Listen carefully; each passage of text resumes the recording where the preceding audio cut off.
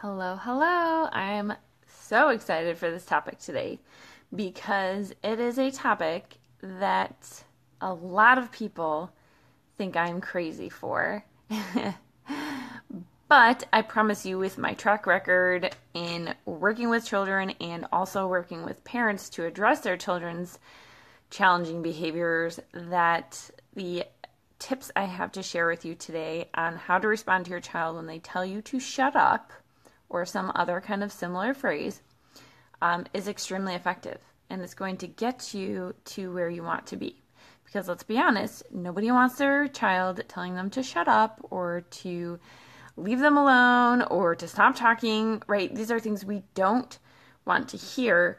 But I do have a surprising way for you to address this that I want to share because I know it's effective. I've used it myself multiple times, and it's going to get you what you want.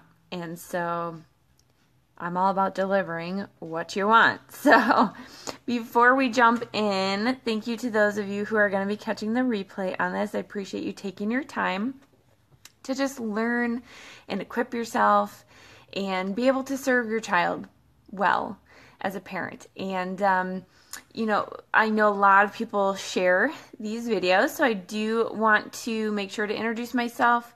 My name is Jillian, and I am a licensed clinical professional counselor. And Fly on the Wall Counseling is my practice, and I provide online services to parents who have tried everything to address their children's challenging behaviors and help them to be equipped to restore peace to their hearts and their homes. And so we are going to do a little bit with that in this live video. So I know that shut up, leave me alone, stop talking to me, I don't want to hear your voice, leave me alone, all those things. Those are things that are very, very common for kids to say to their parents. It doesn't matter if your child is 3. It doesn't matter if your child is 13. It doesn't matter what age they are at all. You probably have heard this from your kids. And like I said earlier, it's certainly not something you want to hear, but it is understandable. And just because something is understandable doesn't mean it's okay. And that can truly be a key in parenting, by the way, is being understanding and knowing why something happens and having empathy for that does not automatically mean that you think it's okay. It's good to get an understanding of a situation. And so it is very understanding for a child to tell you to shut up. Again, not okay, but definitely understandable. Shut up, be quiet, leave me alone. These are all very short, quick phrases. They're very efficient, and they don't take a lot of thought or effort to roll off the tongue. So these are things that are very easy for your kids to use to express themselves. So it's very understandable for them to use it. They probably also hear other people use it, and I'm not saying that they necessarily hear it from you, mom and or dad, but there are different media outlets, kids that they interact with. It's not hard to believe that this could come out of a child's mouth. Now, when you hear it, I'm sure your immediate reaction is to get very frustrated. Of course, you do not like the tone of voice. You do not like the way they are addressing you. It feels very disrespectful. You want your child to express themselves in more appropriate terms. But the fact of the matter is that's what they can muster in that moment. So Alyssa, let's see what you have to say here. We've noticed this happening more often with our 5-year-old, especially since starting school. Oh my goodness, yeah. So there you go. That's a great example. Thank you for sharing that, Alyssa. It probably comes up in school a lot more.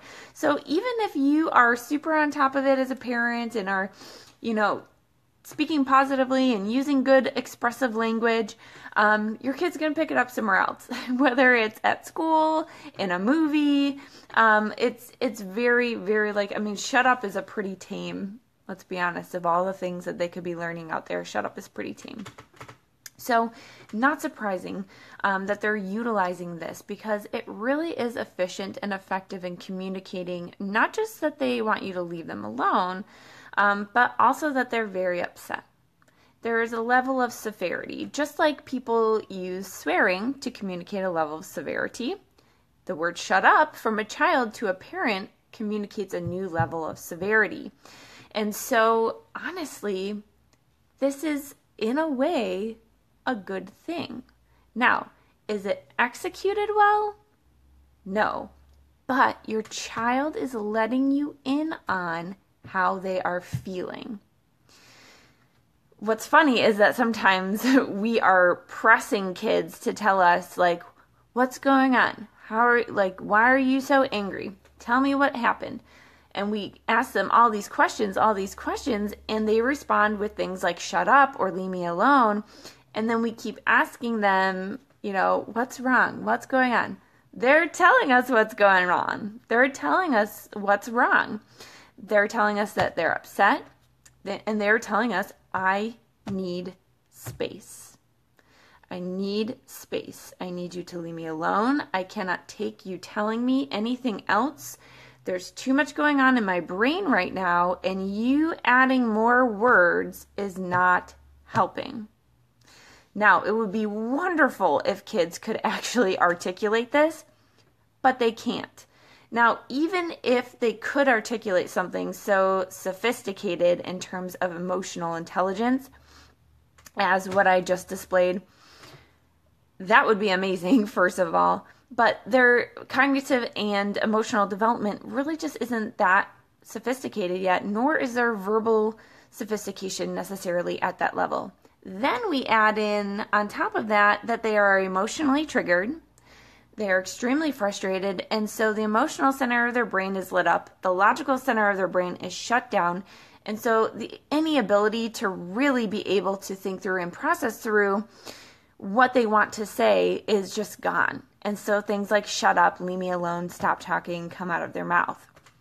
But this is truly what they need from you in that moment. They need you to stop talking.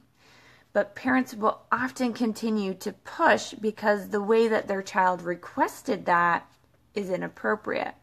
So now we've moved on to giving them more feedback that is negative in nature about stop disrespecting me. So we went from whatever the original issue was to pushing them to tell you what's going on to then criticizing them for being disrespectful. Now, children should not be disrespectful. I understand that. We definitely want to teach them to be respectful and to express themselves appropriately. But in this moment, that's not happening. And in this moment, you're not going to be able to teach them a darn thing. And that's just being honest. They are too emotionally triggered. They don't want to hear you talk. And so anything you have to share with them in this moment is not going to be heard, and it's just adding fuel to the fire.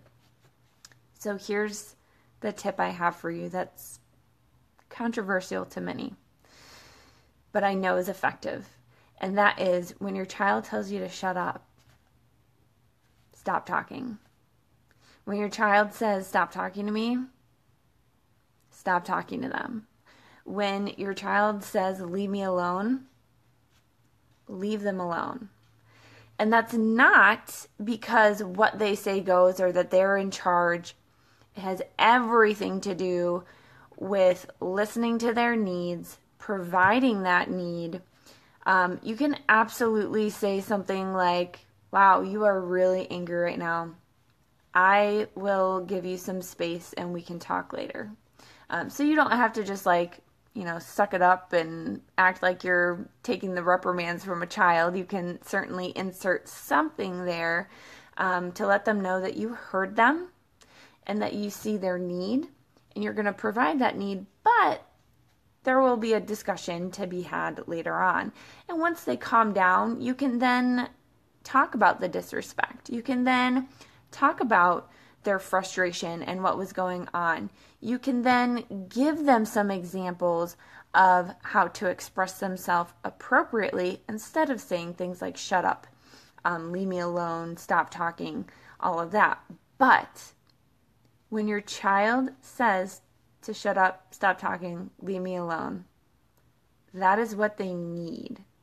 And anything you have to add after that point either adds fuel to the fire or at best just goes in one ear and out the other. And that's not because your child is being naughty. That's not because there's something wrong with your child.